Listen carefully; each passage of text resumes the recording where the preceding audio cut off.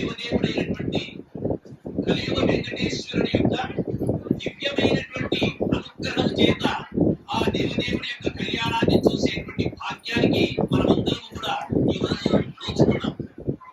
భగవంతుని యొక్క కళ్యాణము తిలకించడము అంటే జీవుడు బ్రహ్మంతో ఐక్యం కావడమే అని చెప్పేసి ఉపనిషత్తులు వేదాలు అన్ని కూడా చెబుతున్నాయి. అంటే ఒక్కసారిగా భగవంతుని కళ్యాణాన్ని మనం భూలోకంలో చూస్తే తిరిగి భూలోకంలో భగవంతుని యొక్క కళ్యాణం చూడవలసినటువంటి అగత్యము లేనటువంటి లోకాలకు మనం వెళ్తామని చెప్పేసి వేదాలు చెప్పాయి. అంటే అర్థం ఏంటంటే తరువాత భగవంతుని కళ్యాణం మనం ఎక్కడ చూస్తామంటే వైకుంఠంలోనే చూసేది, ఎక్కడ చూడమంట.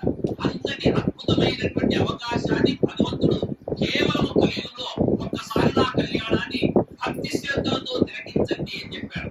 ఆ భగవంతుడే, ఆ దేవదేవుడే అజాయమానో బహుధా విజాయతే అని యజుర్వేదం చెప్తుంది. ఉండవలసినటువంటి అగత్యం లేనటువంటి భగవంతుడు ఎన్నో అవతారాలను స్వీకరించారు. ఎన్ని స్వీకరించారయ్యా ఇప్పటికంటే 21 అవతారాలు పరిసమాప్తం చేసేశాడు. చివరి అవతారం ఉంది. అదే కలియుగ అంతంలో ఆ భగవంతుడే కలిగి పురుషుడుగా వచ్చేసి ఈ యొక్క ధార్తులంతా కూడా క్షత్రియహీనం చేస్తాడు. మరి ఆ భగవంతుడే 21 అవతారాలు మనం గుర్తుపెట్టుకోలేమని చెప్పేసి అందరికీ సులువుగా అర్థమయ్యేటట్టుగా 10 అవతారాలన్నిటికీ కూడా చెప్పాడు. మత్స్య కూర్మో వరాహశ్చ నారసింహశ్చ వామనః రామో రామశ్చ కృష్ణశ్చ బౌద్ధః కల్కితే దశ అని చెప్పారంటారు. ఆ దేవదేవుడికి 10 అవతారాలు ఉన్నాయి. 10 అవతారాలను ఆ భగవంతుడు స్వీకరించాడు అని చెప్పేసి వేదాలు చెప్పాయి. మరి ఆ 10 అవతారాలను కూడా మనము గుర్తుపెట్టుకోలేనటువంటి స్థితిలో ఈ రోజు ఉన్నాం. అవునా కదా? ఎందుకంటే కలియుగంలో అందరికీ కూడా ఎలాంటి లక్షణం ఉంటుందయ్యా అంటే ఒక విషయాన్ని ఏదైనా ఒకసారి వింటే విన్నటువంటి విషయాన్ని ఆచరణలో పెట్టడం అనేటువంటిది ఎవరి చేత కూడా కాదు అని చెప్పేసి వేదవ్యాసుడు చెప్పాడు. చాలా వేగవంతమైనటువంటిది కలియుగం. కాలం ఎంతో వేగంగా పరిగెత్తుతూ ఉంటుంది. అంత వేగంగా పరిగెత్తేటువంటి కాలంలో మనసుతో ఎన్నో విషయాలు ఆలోచించి వాడు అలసిపోయి సతికల పడిపోయి ఏ విషయాన్ని కూడా గుర్తుపెట్టుకోలేనటువంటి హీనమైనటువంటి స్థితిలోనికి మానవుడు పడిపోతూ ఉన్నారు. కాబట్టి వీరికి 10 అవతారాలు కూడా గుర్తుపెట్టుకోవడానికి వీలు కాకపోతే కనీసం యుగానికి 1 అవతారమున్నా గుర్తుపెట్టుకోవడం అని చెప్పేసి మనకు 4 యుగములు ఉన్నాయి అని చెప్పాడు. యుగములు ఎన్నో మనం తెలుసుకోవాలి. కృత, త్రేత, ద్వాపర, కలి అని చెప్పేసి 4 ఇక్కడ వచ్చేసి 4 యుగాలు. ఈ కృత యుగానికి ఎవరయ్యా అధిష్టాన దేవుడు అంటే కృతేతు నరసింహోకు అంటాడు. కృతయుగంలో మనము ఒక్కసారిగా కృతయుగాన్ని తలుచుకుంటే నరసింహస్వామి గుర్తు రావాలంట.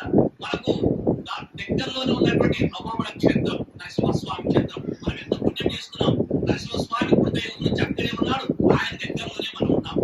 త్రేతాయాం రఘునందన అయోధ్య రాముడు త్రేతాయుగానికి సంబంధించి. మరి ద్వాపరే వాసుదేవశ్చ ద్వాపర యుగాన్ని మనం తలుచుకున్నామంటే కృష్ణ పరమాత్ముడు వెంటనే గుర్తు రావాలి. కలవు వెంకట నాయక. కలియుగంలో భగవంతుని యొక్క అవతారం ఏమైనా ఉందా అంటే భగవంతుని అవతారం కలియుగంలో లేదు అని చెప్పారు. మరి అవతారం లేకపోతే ఆయన ఎలా మనం కొలుస్తున్నామయ్యా అంటే భగవంతుడే నేరుగా వచ్చేసాడు. కలియుగంలో ఉన్నటువంటి మానవులు అందరూ కూడా ప్రతి ఒక్కరు ఏమనుకుంటారండి అంటే నాకు నేనే గొప్పవాడిని, నాకు ఒకరి సహాయం అక్కర్లేదు, నేనే 10 మందికి సహాయం చేసినని అంటే గొప్ప చెప్పుకుంటుంటారంట కలియుగంలో.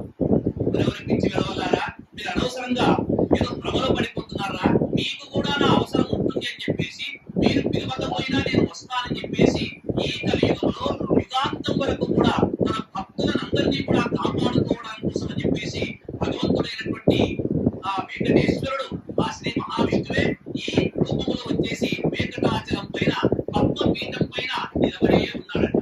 మరి ఎందుకయ్యా నిలబడే ఉన్నారు అంటే కూర్చుంటే కొనుకొస్తుంది మనిషికి. కూర్చునే ముందు గోడ దొరుకుతుంది, ఆ స్తంభం దొరుకుతుంది, ఆనుకునే దొరుకుతుంది అని చెప్పేసి మనం ఆలోచించి మళ్ళా స్థానాన్ని ఏర్పాటు చేసుకుంటాం. ఎప్పుడైనా కూర్చున్నప్పుడు భగవంతుని మీద మనస్సు లగ్నం కావాలంటే మీకు ఆచ్ఛాదన అవసరం లేదు అని చెప్పారు. ఎవరైతే ఆచ్ఛాదన లేకుండా చక్కగా భగవంతుని ముందు పూజకు కూర్చుంటారో వారికి భగవంతుని యొక్క అనుగ్రహం అతి త్వరగా లభిస్తుంది అని చెప్పేసి అన్నారు. మరి ఇంతమంది ఇక్కడికి వచ్చారు. ఎందుకు వచ్చారయ్యా ఈరోజు కళ్యాణం చూసేందుకు అంటే ఎంతో విలువైనటువంటి మన సమయాన్ని వృధా చేసుకోకుండా ఉన్నటువంటి సమయంలో ఉన్నటువంటి కాలాన్ని సద్వినియోగం చేసుకోవాలని చెప్పేసి ఎంతో పూజలతో భక్తితో మనము ఇక్కడికి రావడం అనేటువంటిది జరిగింది. ఇక్కడికి వచ్చిన తర్వాత కూడా అన్యములైనటువంటి మాటలు మాట్లాడితే ఏమవుతుందయ్యా చెప్తే ఆశ్చర్యపోతారు. ఎవరైతే భగవంతుడు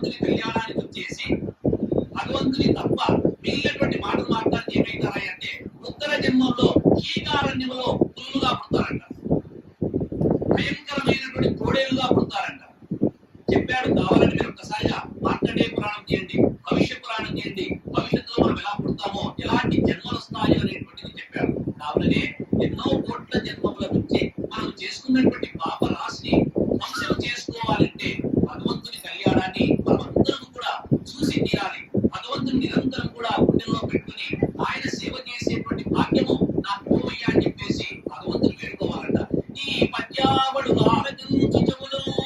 మనం ఇక్కడికి వచ్చేసాం, ఇంతమందికి వచ్చేసాం. వచ్చిన వెంటనే ఏం చేయాలి అంటే, స్వామి నీ గురించి రెండు మాటలు చెప్తుంటారు, నీ గురించి మంత్రం చెప్తుంటారు, నేను స్తుతులు చేస్తూ వేదంలో ఉన్నటువంటి మంత్రాలు చెప్పేటప్పుడు ఆ చెప్పేటువంటి మంత్రాన్ని నా చెవులతో వినేటువంటి భాగ్యము నా చెవులో కలగజేయవయ్యా అని అడగాలి. కొందరికి చెవులు ఉంటాయి, వినికిడి శక్తి ఉండదు. వినికిడి శక్తి పోయిన తర్వాత వాడి ముందు శంఖం ఉంటే లాభం, మంత్రం చెప్తే లాభం, చెప్పినా ఒకటి చెప్పకపోయినా ఒకటి. కాబట్టి ఈ పద్యావడు ఆలకించుచములు ఎన్నాడు వాక్యములు. నాలుగు ఇచ్చాడు భగవంతుడు. నాలుగు ఇచ్చినందుకు ఏం చేయాలి అంటే భగవంతుడు నామం చెప్పాలి అన్నారు. ఏం నామం చెప్పాలి? గోవింద నామం చెప్పాలి. ఇన్నాడు వాక్యములను ఈ పేరం పనిచేయు హస్తయుగము.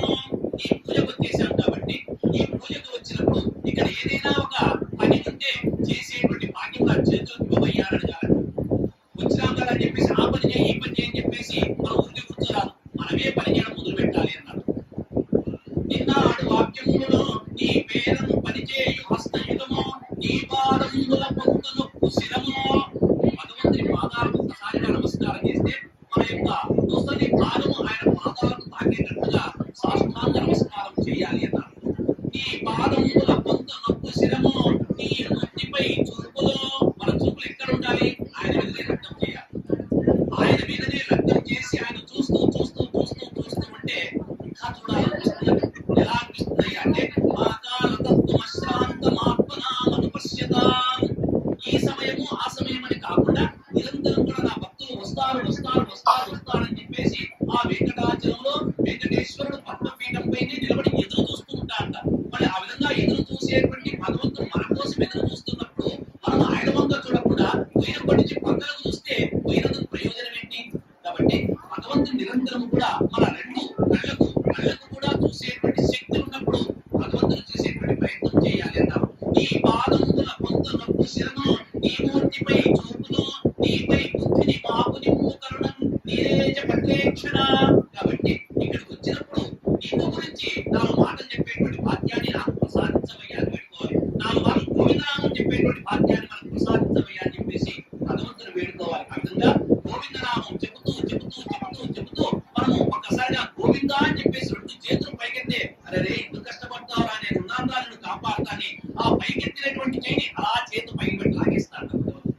ఎక్కడికి లాగుతాడయ్యా అంటే ఈ సంసారం అనేటువంటి భూమిలోకి దిగి పడిపోకుండా జాగ్రత్తగా నువ్వు ధరించేటువంటి మార్గాన్ని నేను చూపిస్తా అంటాడు. ఎప్పుడు చూపిస్తాడయ్యా అంటే ఆయన నమ్ముకుని నువ్వే ఉన్నావు అని మనం ఎప్పుడైతే ఆ భగవంతుని సేవిస్తామో సేవించిన మరుక్షణమే ఆయన వెంటనే మనల్ని దగ్గరికి తీసుకుంటాడని చెప్పేసి పురాణాలన్నీ కూడా చెప్తున్నాయి. కాబట్టి అంత అద్భుతమైనటువంటి కలియుగ వరదుడైనటువంటి ఆ వెంకటేశ్వరుని యొక్క కళ్యాణాన్ని మనం చక్కగా తిలకిస్తున్నాం.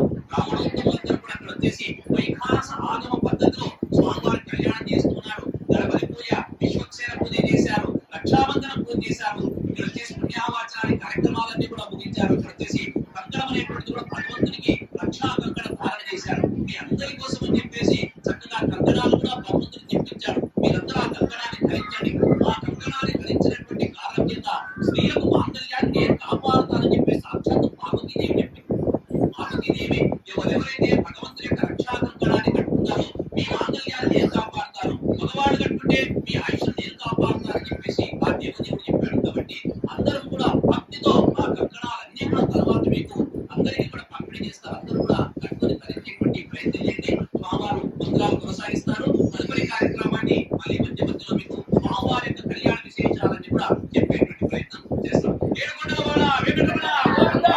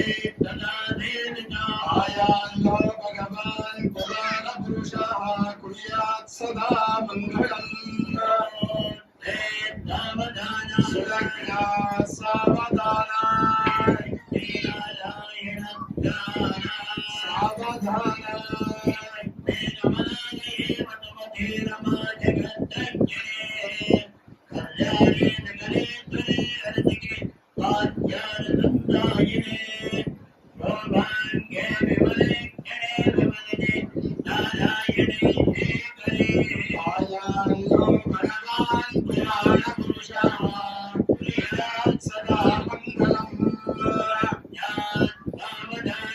శుభముహూర్తే సావధాన సావధాన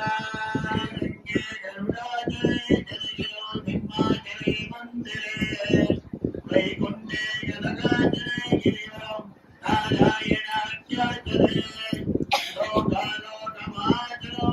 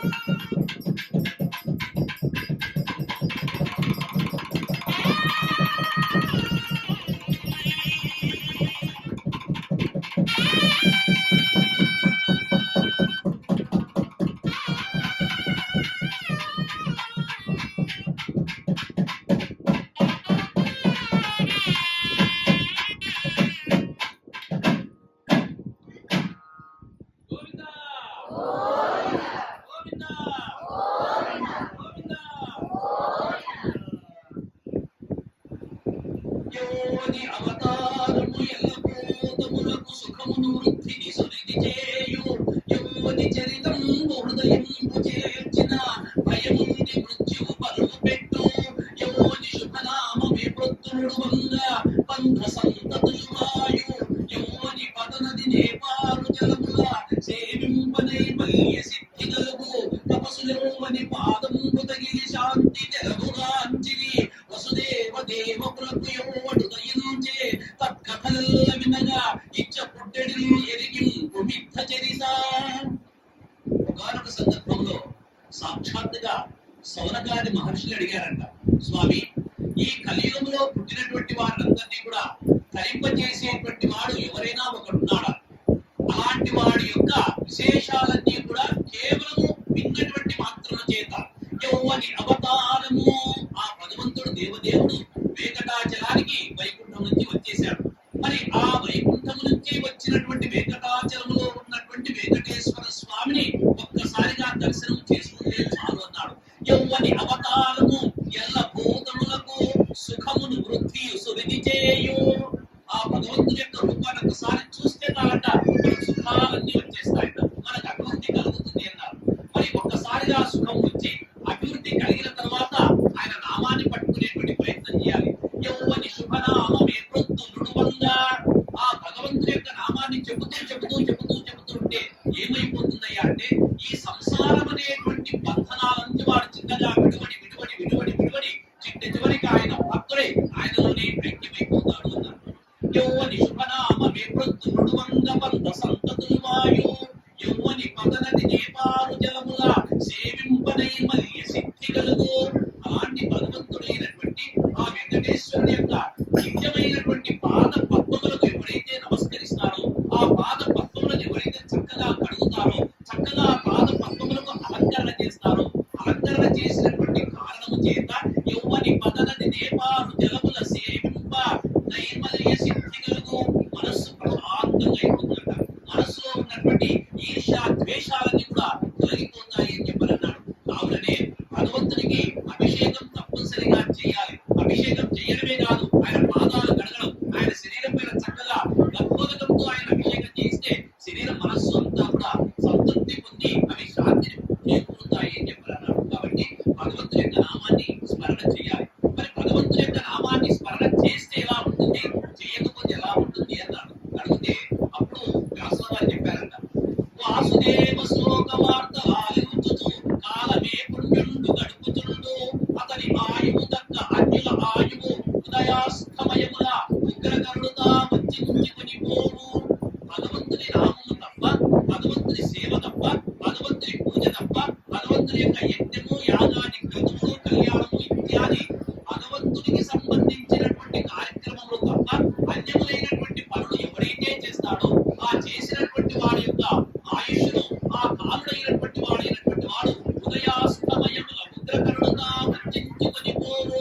ఉదయము సాయంత్రం అనేటువంటి కాల కృషి రూపంలో వచ్చేసి వీరి ఆయువు తొందరగా వాడు 100 సంవత్సరాలు పట్టుకోవలసి ఉంటే వీడు అవసరం లేదు భూమికి అని చెప్పేసి వాడు 20 సంవత్సరాలకి తీసుకొని పోతాడంట. ఆయు ప్రమాణాన్ని ఆయన తగ్గిస్తాడు.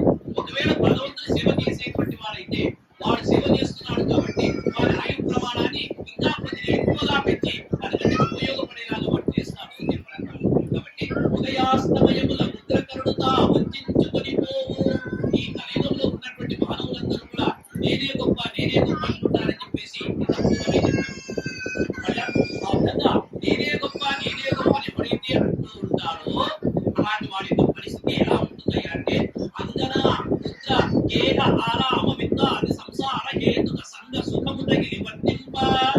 వాడు అనుకుంటాడంట ఈ లోకంలో అన్నిటికంటే చాలా ముఖ్యమైనటువంటిది మనం చేయవలసినటువంటి మొట్టమొదటి పని ఏంటి, మనకు బంధువులు ఎవరైనా ఉన్నారా, మన ఆస్తులు ఏమైనా ఉన్నారంటే వాడు ఒక్కడే చెప్తాడు, నా భార్య, నా కొడుకు, నా బిడ్డ, నా అల్లుడు, నా మనవడు, నా వాహనాలు, నా సంసారం అని చెప్పేసి అంటాడు.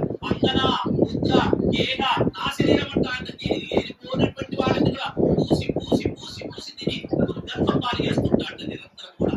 అంగన పుత్ర కేహ ఆరామ విత్తాది సంసార హేతుక సంఘ సుఖము తగిలి తప్పు చూస్తుంటాడంట. నిరంతరం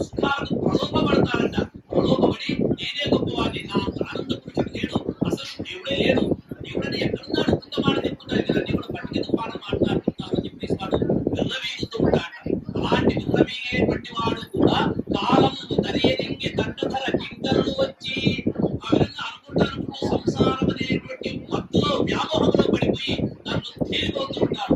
ఆ విధంగా ఉన్నటువంటి వాడికి వయసు అయిపోద్ది. మనం అనుకుంటాం ఒకటో పుట్టినరోజు, రెండో పుట్టినరోజు, మూడో పుట్టినరోజు అని చెప్పేసి కేకులు కట్ చేసి మనం సంతోషపడుతున్నాం. కానీ మనం ఈ భూమి మీదకి వచ్చేటప్పుడు భగవంతుడు ఏం చేస్తాడో తెలుసా? మనం ఎలాగైతే ఇక్కడికి వచ్చేటప్పుడు మనం ఎన్ని గంటలకి ఇంటికి పోవాలి, ఎన్ని గంటలకు భోజనాలు అయిపోతాయి, మనం ఎన్ని గంటలకి ఇంటికి పోతే మన పిల్లవాడు వచ్చేసరికి పోతామా లేదా అని ఈ విధంగా మనం ప్లాన్ చేసుకుని ఇక్కడికి వస్తాము. భగవంతుడు కూడా అన్ని ప్లాన్ చేసి వీడు పలానప్పుడు తిరిగి రావాలని ముందు డేట్ ఆఫ్ డెత్ రాసేసి మరి భూమి మీద పంపిస్తాడు. అది మానవుడు తెలుసుకోలేడు. మంగళాముద్ర గేహారామ విత్తాది సంసార హేతుక సంగసుతము తగిలి వర్తింప. వాడి వయసు పెరుగుతూ పోతుంది. చివరికి ముసలోడైపోతాడు, వీళ్ళ వ్యామోహంలో పడిపోతాడు. పడిపోయిన తర్వాత అంత్యకాలం అనేటువంటిది వచ్చేస్తుంది. అంత్యకాలం వచ్చేసి దండధర కింకరులు వచ్చి తాడనలు చేసి కొలిపోవా. అప్పుడు యమపడుతు వారిని దర్శనమిస్తారంట. అరే టైం ఇది పోదాం అంటారు.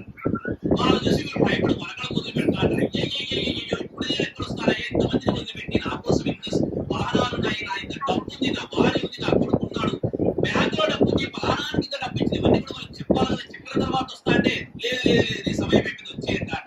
అప్పుడు వాడు ఏడుస్తాడు. అయ్యో బ్రతికినంత కాలము కాసింత పుణ్యమైనా చేయలేకపోయానే, ఈ రోజు వీళ్ళు వచ్చి నన్ను ఏడుచుకొని పోతున్నారే, ఇప్పుడు పుణ్యం చేయాలంటే వయసు లేదు, అయిపోయింది, సమయం అయిపోయింది, రైలు వచ్చేసింది, రైలు ఎక్కాల్సిందే, ఎక్కకపోతే ఈడ్చుకొచ్చి రైలు వాడేస్తారు కానీ తప్పించుకుంటే రైలు మాత్రం వెళ్ళిపోతూ ఉంటాడట. దండధర కింకరులు వచ్చి తాడనములు చేసి కొలిపోవా. పుణ్యంకు చేయనైతి పాప రతినైతిని బిట్టు పలవలించు. బతికినంత కాలం పుణ్యం చేయలేకపోయినాను, పాపాలు చేసి ఆ మూటను పెంచుకున్నానే, అనవసరంగా వీళ్ళ కోసమా నేను తాపత్రయపడింది. ఈ రోజు వీళ్ళ కోసం ఇన్ని చేస్తే రేపు పొద్దున్న నా వెంట వీళ్ళు ఎవరైనా వస్తారా, వీళ్ళ పుణ్యంలో ఏదైనా కొత్త నాకు వస్తారా అని చెప్పేసి ఒక్కసారి ఆలోచించి వీళ్ళ పుణ్యమంతా ఇవ్వకపోతే పోయినారు, వాళ్ళ పాపం కూడా నాకే కట్టబెట్టినారని చెప్పేసి వల ఏడుస్తాడంట. కాబట్టి కలవు నామ సంకీర్తన కలియుగంలో మనల్ని ఉద్ధరించేటువంటిది ఒకే ఒకటి భగవంతుడి యొక్క నామము అన్నారు. మరి అలాంటి భగవంతుడి యొక్క నామాన్ని చెబుతూ నిరంతరం కూడా భగవత్ సేవలు చేస్తూ ఇత్యాది కళ్యాణాలు చూస్తూ ఉంటే మనం చేస్తున్నటువంటి కోట్ల జన్మముల యొక్క పాపాలన్నీ తుడి కాలంలో భస్మీపటలమైపోతాయి అని చెప్పేసి అన్నారు. కావునే భగవంతుడి యొక్క కళ్యాణాన్ని మనమందరం కూడా తిరిగించాలి. భగవంతుడి యొక్క నామాన్ని గట్టిగా చెప్పాలి. కళ్యాణాల మంత్రాలు చక్కగా చెప్పారు స్వామివారికి వచ్చేసి కళ్యాణాన్ని చేశారు. రక్షాంగ పూజ జరిగింది. తదుపరి వచ్చేసి మాంగళ్యధారణ అయినటువంటి కార్యక్రమాలన్నీ కూడా ఉన్నాయి. శ్రద్ధగా భక్తితో భగవంతుని కళ్యాణాన్ని తిలకించండి. క్షిప్రమేవ కళ్యాణ ప్రాప్త్యర్థం అంటారు. ఒకవేళ భగవంతుని యొక్క కళ్యాణాన్ని మనం బాగా శ్రద్ధగా చూస్తే క్షిప్రమేవ మన ఇంట్లో ఉన్నటువంటి ఆడపిల్లల పెళ్లి కూడా, ఇంతవరకు ముట్టి పడిన వాళ్ళ పెళ్లి కూడా ఇప్పుడు వెంటనే 6 నెలల లోపల వదిలిపోతాయని చెప్పేసి కూడా భవిష్య పురాణం చెప్తుంది. కావుననే కళ్యాణం శ్రద్ధగా చూడాలి, వినాలి అని చెప్పేస్తున్నారు. కాబట్టి మనమందరము గోవింద నామాన్ని గట్టిగా చెప్పేటువంటి ప్రయత్నం చేయండి. ఏడుకొండలవాడ వెంకటరమణ గోవింద గోవింద కాపాడేది గోవింద.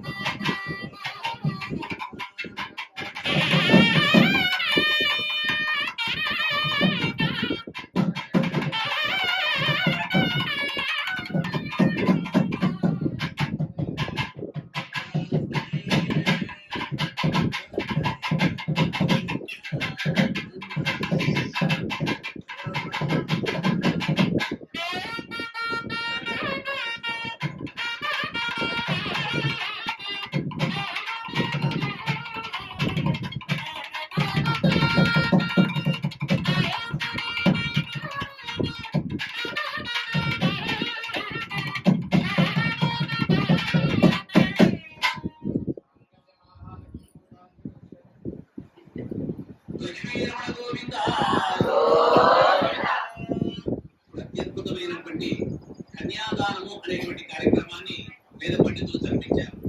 కన్యాదానం చేసేటువంటి సమయంలో మహాసంకల్పం ఆచర్యం అని చెప్పేసి అక్కడ మహాసంకల్పాన్ని చెప్పి కన్యాదానం చేస్తారు. అయితే కన్యాదానం చేసేటువంటి సమయంలో ఒక తండ్రి తన బిడ్డను అవతల ఉన్నటువంటి ఒక అమ్మాయికి ఇచ్చి కన్యాదానం చేస్తున్నారు. చేసేటప్పుడు ఒక్కొక్కరు ఒక్కోలా ఆలోచిస్తారు అని శాస్త్రం చెప్పింది. ఏం ఆలోచిస్తారని అంటే, అమ్మాయి అనుకుంటుందంట తను పలానా వాడికి ఇచ్చి పెళ్లి చేస్తున్నారు, నా పక్కలో నిలబడితే ఈడు తోడు సరిగా ఉంటుందా లేదా అని చెప్పేసి అమ్మాయి ఆలోచిస్తుంది అన్నారు. కన్యా వరయతే రూపం, అబ్బాయి అందంగా ఉన్నాడా లేదని చెప్పేసి అమ్మాయి ఆలోచిస్తుంది అన్నారు. మళ్ళీ ఆ అమ్మాయి యొక్క తల్లి ఏమని ఆలోచిస్తుందంటే, వాడు ఎప్పుడుదేమిలే నా బిడ్డను సుఖంగా ఉండేలాగా చూసుకుంటాడా లేదా అని తల్లి ఆలోచిస్తుంది అన్నారు. మాతా విత్తం అంటే డబ్బు దండిగా ఉందా లేదా వీడి దగ్గర అని చెప్పేసి తల్లి ఆలోచిస్తుంది అని చెప్పేసి శాస్త్రం చెప్పింది. మరి తల్లి ఇలా ఆలోచిస్తే తండ్రి ఏం ఆలోచిస్తాడే అంటే, రేపు పొద్దున నా బిడ్డను వీడికి ఇచ్చి కన్యాదానం చేస్తే ఒకవేళ వీడు చదువుకున్నాడో లేదో డబ్బు ఉంటే ఉంటుంది, ఈ రోజు ఉంటుంది, డబ్బు రేపు ఆలోచి చెప్పలేదు. కానీ చదువు అనేది బట్టి ఉంటే ఎట్టైనా వాడు పిల్లాన్ని పోషించుకుంటాడు. కాబట్టి వీడు సరిగా చదువుందా లేదా అని చెప్పేసి పితాశ్రుతం, వీడు బాగా చదువుకున్నాడా లేదా అని చెప్పేసి తండ్రి ఆలోచిస్తాడు అని చెప్పేసి చెప్పారు. మరి బంధువులందరూ ఏం ఆలోచిస్తారంటే, ఈ రోజు ఇంత ఘనంగా వాడు కళ్యాణం చేస్తున్నాడే, బిడ్డ పెళ్లి చేస్తున్నాడే, బిడ్డ పెళ్లి చేసేటప్పుడు అవతల ఉన్నటువంటి పిల్లవాడు మన కులస్తుడేనా, ఇంటర్ కాస్ట్ మ్యారేజ్ ఎవరైనా చేసుకుంటున్నారా అని చెప్పేసి బంధువులు ఆలోచిస్తారు అన్నారు.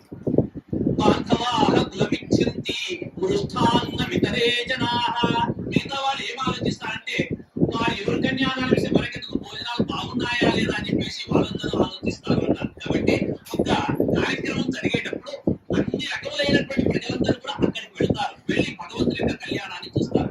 అయితే ఈ రోజు భగవంతుని యొక్క కళ్యాణాన్ని చూసేటువంటి భాగ్యము మనకు ఈ దంపతి పేరండి మసూదన్ రెడ్డి దంపతులు కలిగించారు. కాబట్టి వాళ్ళకి చప్పట్లు కొట్టండి గట్టిగా ఒకసారి.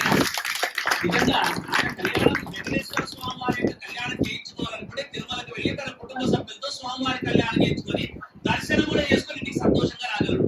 కానీ అక్కడికి పోతే వాళ్ళ కుటుంబ సభ్యులు మాత్రమే చూడగలరు, వాళ్ళు మాత్రమే దర్శనం చేసుకోగలరు. ఇంతమందికి కళ్యాణాన్ని చూసేటువంటి భాగ్యాన్ని వారు మనకందరికి కూడా కల్పించారు. ఆ దేవదేవుని యొక్క అనుగ్రహాన్ని మనకంతా కల్పించారంటే వారు ఎన్ని జన్మముల పుణ్యం చేసుకున్నారు, మనం ఎన్ని జన్మముల పుణ్యం చేసుకున్నాం. కావుననే మనమందరం కూడా భగవంతుని యొక్క కళ్యాణాన్ని చూడగలుగుతున్నాం, చూసేటువంటి భాగ్యాన్ని ఆయన మనకు కల్పించారు. భగవంతుని యొక్క కళ్యాణాన్ని మనం ఒక్కసారి చూడడము అంటే మళ్ళీ పుట్టవలసినటువంటి అగత్యము లేదు అని చెప్పారన్నారు. ఇది బాగా గుర్తుపెట్టుకోండి. కాకపోతే కళ్యాణాన్ని ఒక్కసారిగా మనం అనుకుంటున్న బయటకు వచ్చినట్టే వెంకటేశ్వర స్వామి వారి యొక్క కళ్యాణం చేయించుకున్నాం, తిరుమల కండు పోయించిన వెంటనే నేరుగా మన ఇంటికే పోవాలంటే చెప్పేసి కొందరు కనీసం పక్కింట్లో కూడా పొరపాటు హోటల్లో నానాకమని చూస్తారు, మరి అక్కడ వేది మాత్రం లెక్క ఉండదు అనమాట. మన ఇంటికే పోవాలని చెప్పేసి నేరుగా పోతారు. అది చాలా తప్పు. మరి ఇంతమంది ఇంటికి వచ్చి ఇక్కడ కళ్యాణం చూసి చక్కగా భగవంతుని యొక్క కళ్యాణాన్నంతా కూడా తిలకించినారు. తిలకించేటువంటి భాగ్యం ఇంతమందికి కల్పించారు. కాబట్టి వసూరెడ్డి దంపతులు మీ యొక్క పుణ్యంలో ఒక్కొక్కరి పుణ్యంలో 1/6 వంతు మీకు తెలియకుండా ఆయన యొక్క ఖాతాలో పడిపోతుంది. ఇప్పుడు ఎంత పుణ్యం వచ్చిందా ఆయన? మరి మీ పుణ్యం ఏమైనా తగ్గిందా అంటే మీ పుణ్యం తగ్గదు. అయ్యా పలానా వసూరెడ్డి గారు కళ్యాణం చేయించారు, మేము బయటవి ఎంత అద్భుతంగా జరిగింది కళ్యాణం అవుతున్నారు, భోజనాలు ఎంత చక్కగా పెట్టారని చెప్పేసి మీరు 10 మందికి చెప్తే మీ పుణ్యం కాస్త 6 పెరిగిపోతుంది. అంటే పుణ్యం అనేటువంటిది కలియుగంలో సులభ, డబ్బులు ఖర్చు లేకుండా పెరిగేది పుణ్యం. కానీ అది చెప్పడానికి కూడా మన వాళ్ళు కొంచెము విముఖతకు లోనవుతారు అన్నారు. ఎందుకంటే భగవంతుని గురించి ఎవరు మాట్లాడారట, ఆమె ఏం చీర కట్టుకుంది, ఈమె ఏం చీర కట్టుకుంది, వాడేమన్నాడు వీడేమన్నాడు మాట్లాడతారే, కానీ భగవంతుని కళ్యాణాన్ని గురించి మాత్రం మాట్లాడాలన్నారు. ఎందుకయ్యా అన్నారంటే, కలియుగంలో ఉన్నటువంటి వారందరూ కూడా అలసులు, మందబుద్ధీతులు, అల్పతరాయులు, ఉగ్రరోగ సంకలితులు, మందభాగ్యులు, సుకర్మములు ఎంపీ చెయ్యతాలని కలియుగమందు మానవులు అన్నారు. కలియుగంలో ఉన్నటువంటి వారందరూ కూడా చాలా సోమరిపోతులు అని చెప్పన్నారు.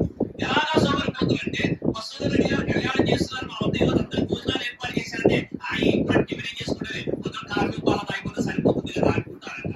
టిఫిన్ కూడా ఇంట్లో చేసుకోవాలన్నమాట. అలసులు, మందబుద్ధీతులు ఇక్కడికి వచ్చిన తర్వాత కళ్యాణాన్ని చూస్తారంటే కళ్యాణం చూడరు, అందరూ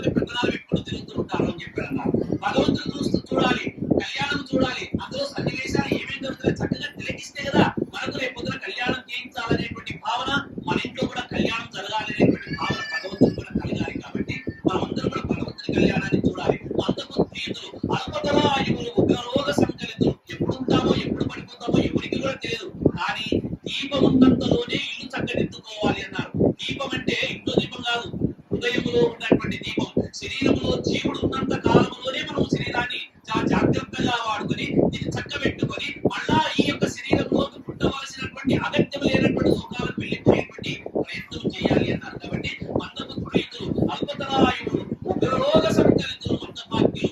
ఎన్ని రోగాలు ఉంటాయి అంటే అసలు కొన్ని రోగాలు పేర్లు కూడా తెలియబడ్డాం.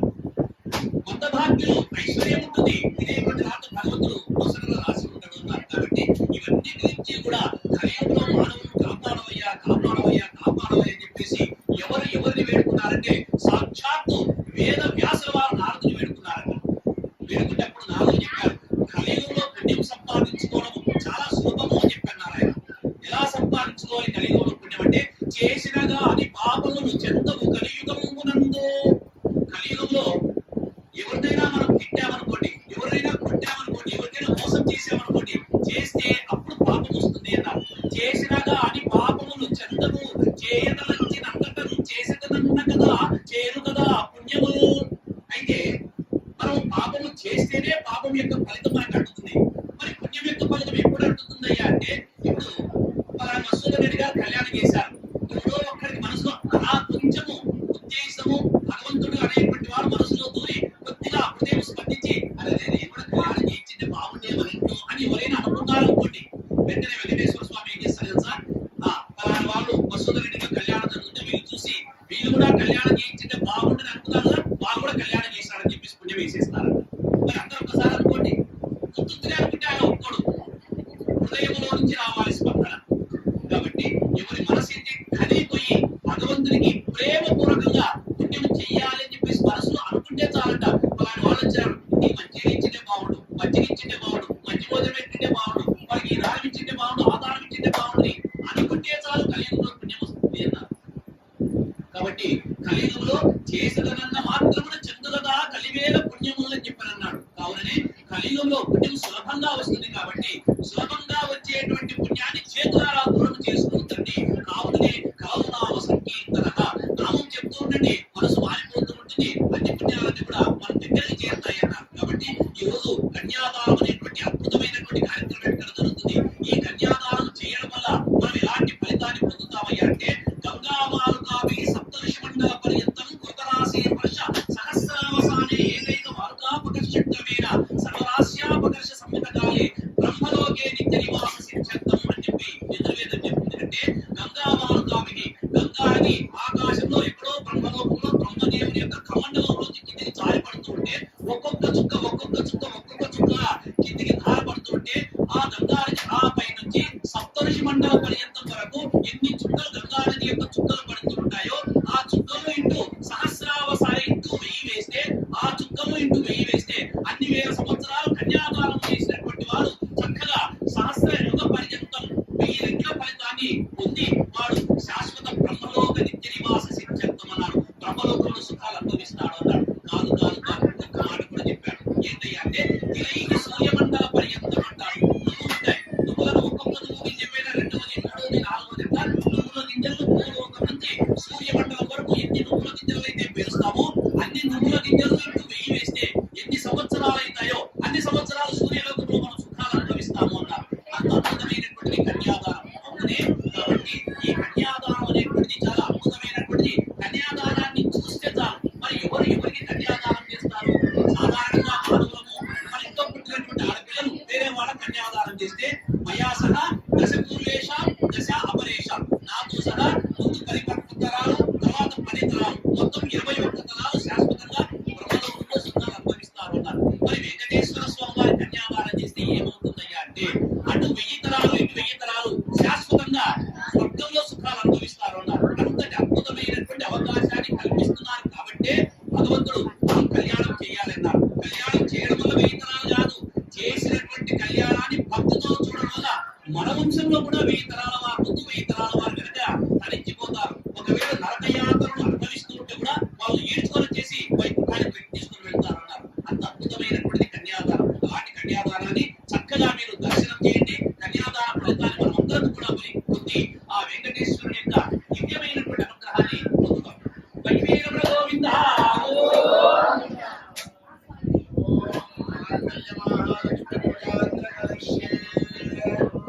మహాలక్ష్మి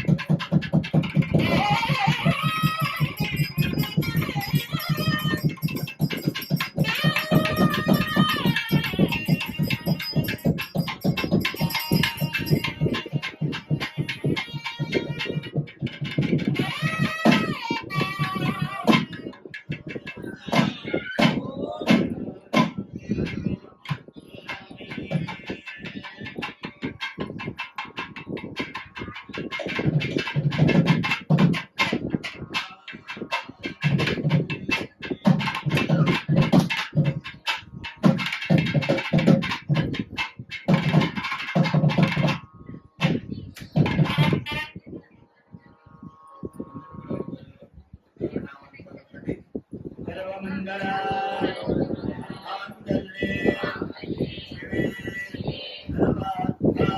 సర్వార్థసాధికే శరణ్యే త్రయంబకే గౌరీ నారాయణే నమోస్తుతే మంగళే మంగళాకారే మాంగళ్యే మంగళప్రదే భగవతే ప్రకాశిత్యా మాంగళ్యా మహాలక్ష్మీ నమోస్తుతే.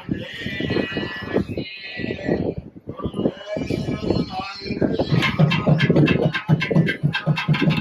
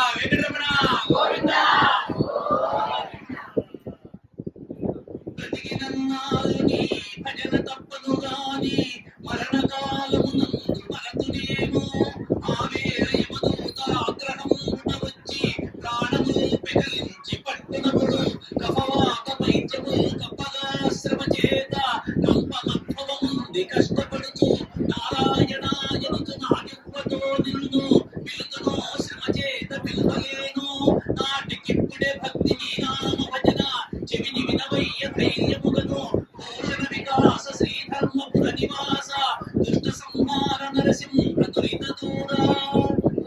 భగవంతుని యొక్క నామాన్ని చెప్పేటువంటి అవకాశము ఈ కలియుగంలో మానవులకు అరుదుగా వస్తుంది అని చెప్పేసి వేదవ్యాసుల వారు చెప్పారట. అయ్యా, ఈ కలియుగంలో భగవంతుని యొక్క నామాన్ని పిలచడం అనేటువంటిది అంత సులభంగా ఎవరికి అనిపించదు. కానీ అందరూ సులభం ఆ పేరుతో మన పిల్లవాన్ని పిలిచినప్పటికీ భగవంతుడైనటువంటి మన కులదైవమైనటువంటి ఆ వెంకటేశ్వరుడు పరిగెత్తుకుంటూ అరేవిడిగా పిలిచినాడు అని చెప్పేసి ఆయన అప్రమత్తంగా ఉండి మనకి ఏమి అవసరం ఉందో అని చెప్పేసి ఎదురు చూస్తూ ఉంటాడట. అందువలనే మనమందరం కూడా మన పిల్లలకు భగవంతుని పేరు పెట్టుకోవాలి అన్నారు. మరి భగవంతుని పేరు పెట్టుకొని వేరే పేర్లతో తీస్తే భగవంతుడు ఎందుకు వస్తాడు? రాడు. కాబట్టి అందరూ కూడా ప్రయత్నపూర్వకంగా భగవంతుని యొక్క పేరు పెట్టుకునేటువంటి ప్రయత్నం చేయాలి. ఎందుకంటే మన మహాద్భుతమైన వైష్ణవ జ్ఞానము దినముగాను అవి తెలియగలరు. ఆయన యొక్క శక్తి ఇంత అని చెప్పడం ఎవరి చేతనం అవుతుంది. ఆయన ఎవరెవరికి ఎప్పుడెప్పుడు ఏమేమి ఇవ్వాలనుకుంటాడో అవి వెంటనే ఏదో ఒక కారణాన్ని అడ్డుపెట్టి ఆ పుణ్యాన్ని అడ్డుపెట్టినటువంటి కారణం చేత అందరికీ కూడా అనేక రకములైనటువంటి సుఖాలు కలగజేస్తూ ఉంటారు. దీనికి ఒక చిన్న ఉదాహరణ చెప్పాలి. మొన్నటి రోజు కాశ్మీర్ లో ఉగ్రవాదుల యొక్క తుపాకీ యొక్క దెబ్బలకు 28 మంది మన హిందువులు చనిపోయారు లేదా? అందులో మన కర్నూలు ఒక చట్టం కూడా పోయింది. మొట్టమొదటి పెళ్లిలో జరుపుకోవాలని చెప్పేసి భార్యాభర్తలు ఇద్దరు కూడా ఫస్ట్ మ్యారేజ్ డే కాశ్మీర్ లో జరుపుకోవాలని చెప్పేసి వెళ్ళారు. వెళ్ళిపోయేటువంటి ముందు వాళ్ళ అమ్మ ఏం చేసిందంట, అదే ఏకాదశి వస్తుంది కదా, నిన్నటి రోజు ఏకాదశి వస్తుంది కాబట్టి ఏకాదశి రోజు మనము కృష్ణ పరమాత్మునికి ప్రీతికరంగా అందరికీ అక్కడ సంకల్పాల్లో వెంకటేశ్వర స్వామి గుడి పక్కన గీతా ప్రచార సంఘం ఉంది. అక్కడ భగవద్గీత పారాయణం చేస్తారు. భగవద్గీత పారాయణం చేసేటువంటి వారికి కూడా అల్పాహారాన్ని మనం ఏర్పాటు చేస్తామని చెప్పేసి మొక్కుకున్నారు. వాళ్ళు వెళ్ళారు. వాళ్ళు అక్కడ కాశ్మీర్ లో సంతోషంగా ఉన్నారు పిల్లలు. ఇక్కడ ఉగ్రవాదులు తుపాకీ దెబ్బలకు అందరూ చనిపోయారు, 28 మంది చచ్చిపోయారని చెప్పి ఈమె భయపడి ఫోన్ చేస్తాను పిల్లలు. పొరపాటు కూడా ఫోన్ ఎత్తడం లేదు. ఫోన్ ఎత్తకపోతే ఇంకా భయం. ఫోన్ ఎత్తి బాగున్నామని అంటేనే సంతోషంగా ఉంటారు, చెప్తలేదు. తర్వాత ఒక అరగంట తర్వాత ఆ పిల్లవాడే ఫోన్ చేశాడు, అమ్మ మేము క్షేమంగా ఉన్నాం, ఆటలో ఉన్నామమ్మా అని చెప్పాడు. కాపాడతారా లేదా? ఎలా కాపాడతారయ్యా అంటే అప్పటికే ఆమె కృష్ణ భక్తురాలు. ఏకాదశి రోజు మీకు నేను అల్పాహార విందు ఏర్పాటు చేస్తానని చెప్పేసి ఆమె భగవంతునికి మొక్కున్నటువంటి కారణం చేత ఆ చిన్న పుణ్యాన్ని అడ్డుపెట్టి వాడు గత జన్మంలో చేసుకున్నటువంటి పుణ్యాన్ని అడ్డుపెట్టి వాడు ఆ యొక్క ఉగ్రవాదుల యొక్క తుపాకీ దెబ్బలకు అసలు కోల్పోకుండా భగవంతుడైనటువంటి కృష్ణ పరమాత్ముడు కాపాడుతాడు. కావుననే వనే రణే శత్రు జలాగ్ని మధ్యే గుహార్ణవే పర్వత మస్తకే సుప్తిం ప్రవక్తం విషమస్థితం వా రక్షంతి పుణ్యాన్ని పురాత్ముందాని అంటారు. మనం పూర్వజన్మంలో ఏదైనా చిన్న పుణ్యము చేసి ఉంటే ఆ పుణ్యాన్ని అడ్డుపెట్టి భగవంతుడు ఈ పుణ్యాన్ని వాడు చేశాడు కాబట్టి ఈ రోజు ఈ విధమైనటువంటి సౌలభ్యానికి అర్హుడు అని చెప్పి మనల్ని కాపాడుతాడు. కావుననే కలియుగంలో మనకు 2 చేతులు ఇచ్చినందుకు ఈ 2 చేతులతో ఎడాపెడా దానం చేసేటువంటి గుణాన్ని నాకు ఇవ్వమయ్యాను భగవంతుడు వేడుకోవాలి. కుడి చేతితో చేసే దానము ఎడమ చేతికి తెలియకూడదు, ఎడమ చేతితో చేసేటువంటి దానం కుడి చేతికి తెలియకూడదు. ఆ విధంగా భగవంతునికి మనమందరం కూడా ఆయన స్వరూపంగా భావించి దాన ధర్మాలు చేస్తే మనల్ని కాదు మన వంశంలో ఉన్న పిల్లలందరినీ కూడా మన వంశంలో ముందు పోయినటువంటి వారిని కూడా అందరినీ కూడా కాపాడితే. మరి ఈ రోజు కళ్యాణం చేస్తున్నారంటే కళ్యాణంలో ఇంతమందికి చట్ట సుపేతమైనటువంటి భోజనాలు చేస్తున్నారని ఏర్పాటు చేశారు మసూద్ రెడ్డి గారంటే నిశ్చయంగా మనం చెప్పొచ్చు 1000 తరాల వారు శాశ్వతంగా స్వర్గ సుఖాలన్నీ కూడా అనుభవిస్తారని చెప్పేసి సభాముఖంగా మనం చెప్పవచ్చు. వాళ్ళ యొక్క కులదైవాన్ని ఆయన చక్కగా కొలిచాడు. కులదైవం పైన ఉన్నటువంటి నమ్మకం చేత మనకందరికీ కూడా ఇంత అవకాశాన్ని కల్పించారు. కాబట్టి ఆ దంపతులిద్దరూ ఆయన ఆరోగ్య ఐశ్వర్యాలతో ఉండి వాళ్ళ ఇంట్లో నిరంతరం కూడా మంగళప్రదములైనటువంటి కళ్యాణాలే జరుగుతూ అందరూ సంతోషంగా ఉండి వాళ్ళ పిల్లలు కూడా శీఘ్రమే కళ్యాణం జరిగి మరొక్క మారు ఈమె చెప్పింది ఆమె కోరిక, మరొక్క మారు కళ్యాణము పిల్లలకు వెళ్ళేదే కళ్యాణం చేస్తుందని చెప్పేసి ఆమె వెనుక నుంచి అలా అంటుంది. కాబట్టి ఆ వెంకటేశ్వరుడు ఎవరిని ఎలా ప్రేరేపిస్తారో మనకు తెలియదు. కాబట్టి ఆ విధంగా తిరిగి కళ్యాణాలు చూసేటువంటి భాగ్యాన్ని మాకు ప్రసాదించవే అని చెప్పేసి మనమిద్దరు కూడా భగవంతుని వేడుకుందాం. దాదాపుగా ఇప్పటికి 6 రఘునందన్ గారు కళ్యాణం చేయిస్తున్నారు. ఆయన కళ్యాణాలు జరుగుతున్నాయి, కర్మలంటే ముందు ఫోన్ నాకు వస్తుంది, అయ్యా మీరు ఎప్పుడైనా సరే మీరు మీ యొక్క కార్యక్రమాలని పక్కన పెట్టి ఒక అరగంట సేపు మాకు సమయాన్ని కేటాయించండి అని చెప్పేసి సమయాన్ని కేటాయించమని అడుగుతున్నారు. ఆయన కోసం కాదు, నన్ను అర్ధగంట వేస్ట్ చేసుకున్నప్పుడు వచ్చి భగవంతుడి దగ్గర కూర్చొని నన్ను ఆయన కాబట్టి అవకాశం కల్పించినటువంటి రఘునందన్ గారికి, ఈ యొక్క మసూద్ రెడ్డి దంపతులకు, ఎంతమంది కూడా భగవంతుని కళ్యాణానికి వచ్చి 2 మాటలు వినేటువంటి భాగ్యాన్ని కల్పించారు. మీకు చెప్పేటువంటి భాగ్యాన్ని కల్పించినటువంటి నాకు, అందరికీ కూడా స్వామివారికి కైంకర్యాన్ని చేసినటువంటి నాద నీరాజన పండితుడు, నేను ఎక్కడ పోయిన కళ్యాణంలో వెనకబట్టి ఉంటాడు స్వామి అని చెప్పేసి నేను పోకపోతే నాకు స్వామిని చెప్తూ ఉంటాడు. కాబట్టి మేమంతా కూడా అందరూ సుఖ సంతోషాలతో ఉండాలని చెప్పేసి, భగవంతుని యొక్క అనుగ్రహం అందరికీ పరిపూర్ణంగా ఉండాలని చెప్పేసి, భగవంతుని యొక్క ప్రసాదాన్ని మీరందరూ కూడా తీసుకుని క్షేమంగా సంతోషంగా మీ ఇళ్ళకి భగవంతుని యొక్క నామాన్ని తలుస్తూ తలుస్తూ తలుస్తూ ఈ రోజంతా కూడా భగవన్నామ సంకీర్తనతోనే కాలం గడిపి అనంతరము మీ కార్యక్రమాలకు వెళ్ళాలని చెప్పేసి మనస్ఫూర్తిగా కోరుకుంటూ ఈ చక్కటి అవకాశం ఇచ్చినటువంటి మసూద్ రెడ్డి దంపతుల గారికి నేను సభాముఖంగా ధన్యవాదాలు తెలుపుకుంటూ ఆ దేవుని యొక్క దివ్య ఆశీస్సులు అందరికీ కలగాలని చెప్పేసి మనస్ఫూర్తిగా కోరుకుంటున్నాం. ఏడుకొండలవాడ వెంకటరమణ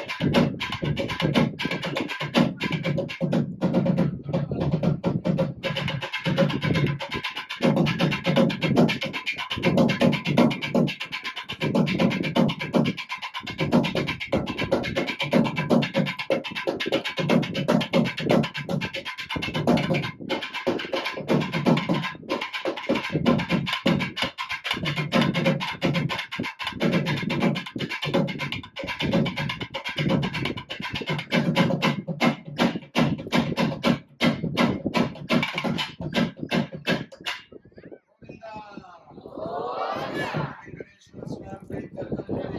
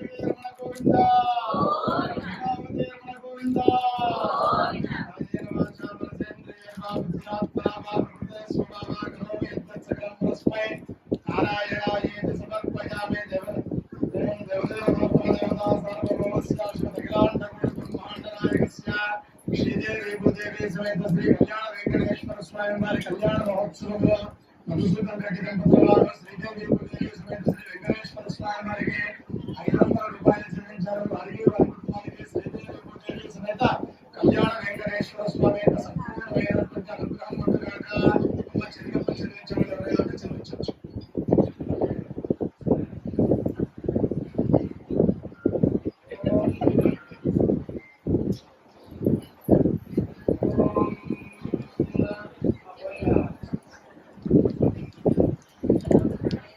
శ్రీనివాస గోవింద వెంకటేశ గోవింద భక్తవత్సల గోవింద పాదపద్మజ గోవింద గోవింద హరి గోవింద